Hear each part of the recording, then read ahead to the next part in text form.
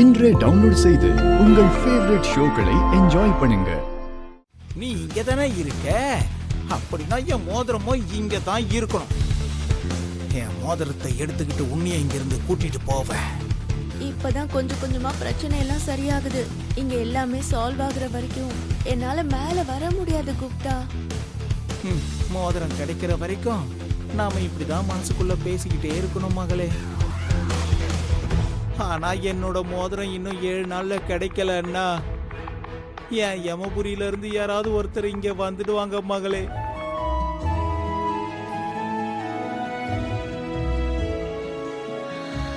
அப்படின்னா இன்னும் 1 வாரம் எனக்கு டைம் இருக்கு.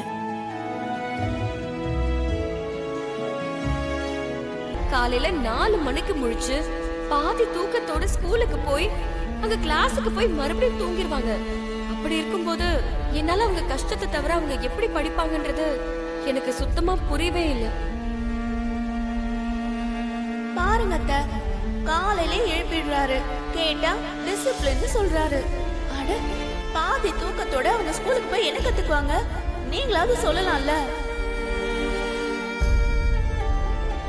நீங்க மனோகரி மேடம் பொண்ணு பார்க்க போய் அங்க மேடம் தான் கல்யாணம் பண்ணிக்கிட்டீங்கன்னு எனக்கு தெரிஞ்சது. நீங்க ஒரு சில क्वेश्चंस கேட்டிருக்கீங்க, அதுக்கு மேடம் கரெக்டா ஆன்சர் பண்ணிருக்காங்க. அதனாலதான் மேடம் உங்களுக்கு புரிஞ்சதுன்னு தெரியும். வேணும்னா நீங்களும் எனக்கு ஒரு சில क्वेश्चंस கேளுங்க, இல்லனா எனக்கு டெஸ்ட் வைங்க. வேணும்னா நீங்க என்ன கேள்வி கேளுங்க, பதில் சொல்ல முடியலன்னா நீங்க சொல்றது கரெக்ட்னு நான் ஒத்துக்கிறேன். என்ன அப்படி முறைக்கிறீங்க? நீங்க கேள்வி கேட்டு தானே என்ன கல்யாணம் பண்ணிக்கிட்டீங்க. அந்த மிஸ் அம்மா பேசினதையெல்லாம் கேட்கும்போது ஆறு ஞாபகம் வந்துருச்சு.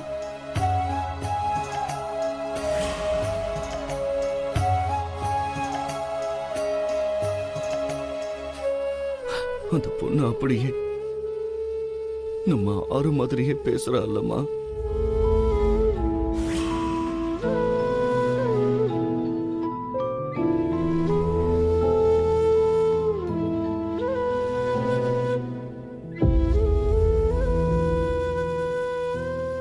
ஆமாப்பா, நானும் அததான் யோசிச்சுக்கிட்டு இருக்கேன். அந்த பொண்ணு ஆறு பேசுற மாதிரியே பேசுறா.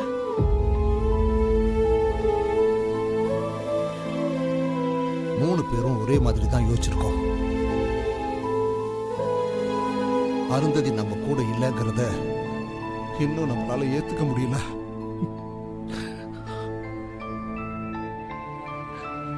ஆமாங்க, அவ இந்த வீட்டு மகாலட்சுமி.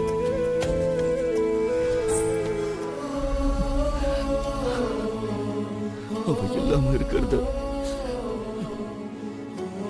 என்னால ஏத்துக்கவே முடியலம்மா. பசங்களை கண்ணுக்கு நேரா பாக்குறதுக்கு ரொம்ப பயமா இருக்குமா. அவங்க முன்னாடி ஏதாவது பண்ணிடுவணும்னு பயமா இருக்கு.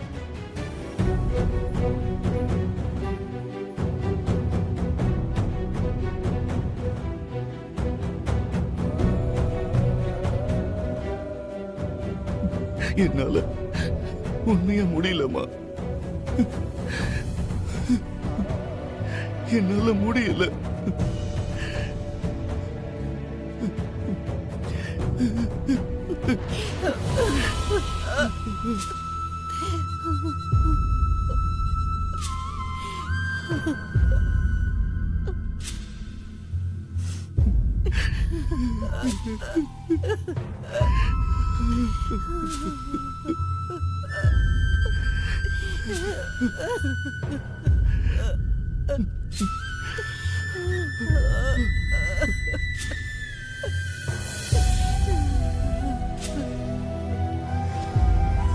மனசுல தாங்க முடியாத அளவுக்கு கஷ்டத்தை வச்சிருக்கான். அவனுக்கு எப்படி ஆறுதல் சொல்றதுன்னு எனக்கு தெரியல.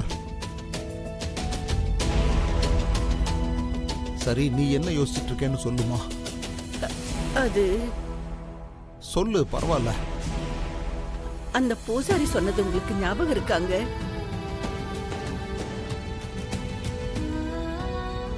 உங்க பையனோட ஜாதகப்படி கல்யாண யோகம் கூடி வந்திருக்கு. ஆமா சொன்னாரு. நம்ம பையனுக்கு இன்னொரு கல்யாணம் பண்ணலாம்னு சொல்றியா?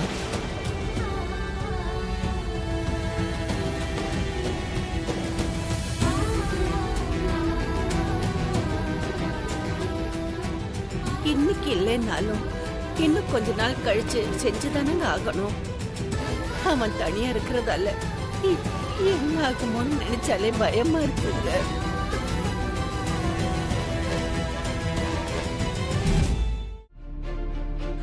அவனை நேசிக்கிற அளவுக்கு ஒரு பொண்ணு, கடைசி வரைக்கும் அவன் கூட ஒரு துணையா இருக்கணும். குழந்தைங்கள கூட கண்ணுக்கு கண்ணா பாத்துக்க கூடிய ஒரு பொண்ணு வேணும். பசங்களுக்காகத்தானே இப்ப கேர்டேக்கர் வச்சிருக்கான். சம்பளத்துக்காக வர்ற பொண்ணு இல்லைங்க, வாழ்நாள் பூரா துணைக்கு ஒரு பொண்ணு வேணுங்க. குழந்தைங்களுக்கும் அமருக்கும் ஒரு துணை வேணுங்க. இல்லைன்னா அவங்களால இருக்க முடியாது. உனக்கு அருந்ததி மாதிரி ஒரு மருமக வேணுங்கிற இல்ல? ஆனா அமரேந்திர மறுபடியும் ஒரு கல்யாணத்துக்கு ஒத்துக்குவானா? எல்லாரும் சேர்ந்து ஒத்துக்க வைக்கலாங்க.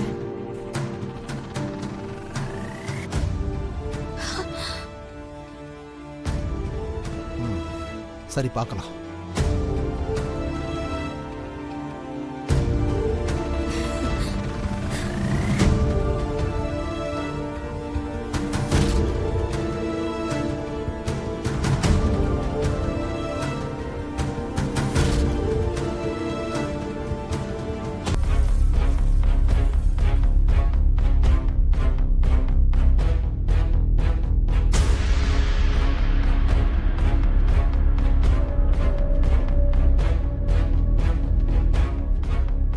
மகளே, ஒரு விஷயம் கேட்கணும்னு நினைச்சா மறந்துட்டேன். சொல்லுங்க மிஸ்டர் குப்தா. அந்த மனோகரிய பத்தின எல்லா விஷயம் தெரிஞ்சதுக்கு அப்புறமா நான் இந்த வீட்டுக்குள்ள வர்றதுக்குள்ள அந்த பாலகிய நீ வீட்டை விட்டே வெளியே அனுப்பிடுவேன்னு நினைச்சுக்கிட்டு இருந்தேன். ஆனா இன்னும் அந்த பாலகி வீட்டுக்குள்ளேயே இருக்கா. அவ நடிக்கிறான்ற விஷயம் இந்த வீட்டுக்குள்ள இருக்கிறவங்களுக்கு தெரியாம இருக்கலாம். ஆனா உனக்கு, எனக்கு, அந்த மிஸ் அம்மாவுக்கு தெரியும் இல்லையா? அப்புறம் எதுக்கு நீ எந்த நடவடிக்கையும் எடுக்காம இருக்க? நான் உன்கிட்ட தான் பேசிட்டு இருக்கிறேன் மகளே. என்னாச்சு? என்ன பண்ண சொல்றீங்க மிஸ்டர் குப்தா? அதை என்கிட்ட ஏன் சொல்லிக்கிட்டு இருக்கிற பாலகி? என்ன செய்யணும்னு உனக்கே நல்லா தெரியும்ல.